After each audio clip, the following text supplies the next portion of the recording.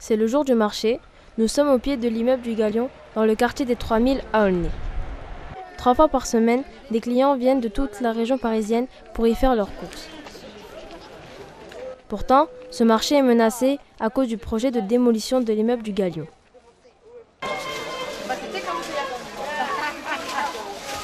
C'est bon?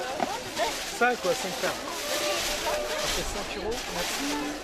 Le Galion a besoin d'une rénovation. Il est dans un triste état. Et donc je pense que c'est une bonne idée. Malgré les couleurs et la vie du marché, à l'intérieur c'est une autre réalité. Le bâtiment est plus sombre et dégradé.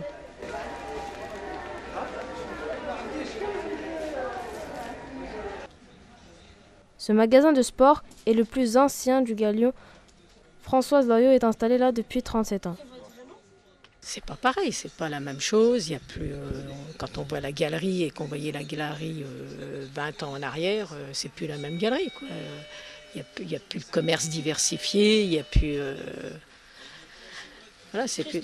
Voilà, ça c'est tout à fait triste. Oui, c'est bien triste. Françoise partira bientôt à la retraite.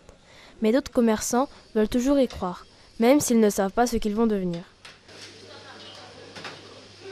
Que ferez-vous si ils la démolissent?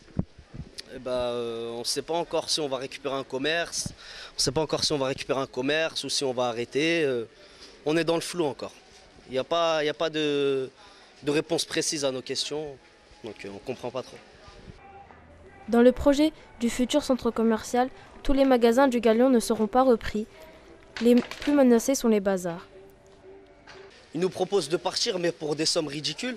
Et nous, on n'est pas d'accord. Donc on veut prendre un avocat, faire les démarches nécessaires pour qu'il y ait quelque chose.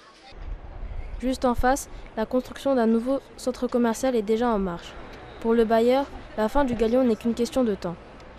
La démolition nous semble la seule option possible, vu l'état de vétusté du bâtiment. Et vu son état, ça coûterait effectivement plus cher de faire une restructuration qu'une démolition. Les responsables du projet mentionnent souvent la date 2015-2016, mais rien n'est encore confirmé. Lors de ce reportage, nous avons vu que certaines questions étaient encore en suspens. Pourtant, on parle de ce projet depuis une dizaine d'années. Aujourd'hui, seule la mairie peut prendre la décision de détruire le Galion ou non. Nous avons essayé de la joindre, mais elle n'a pas voulu nous répondre. Le sort des commerçants et des habitants est aujourd'hui entre les mains du nouveau maire, Bruno Bechiza. C'était Toufik Motaïb et les élèves du collège Claude Debussy pour Claude Debussy TV.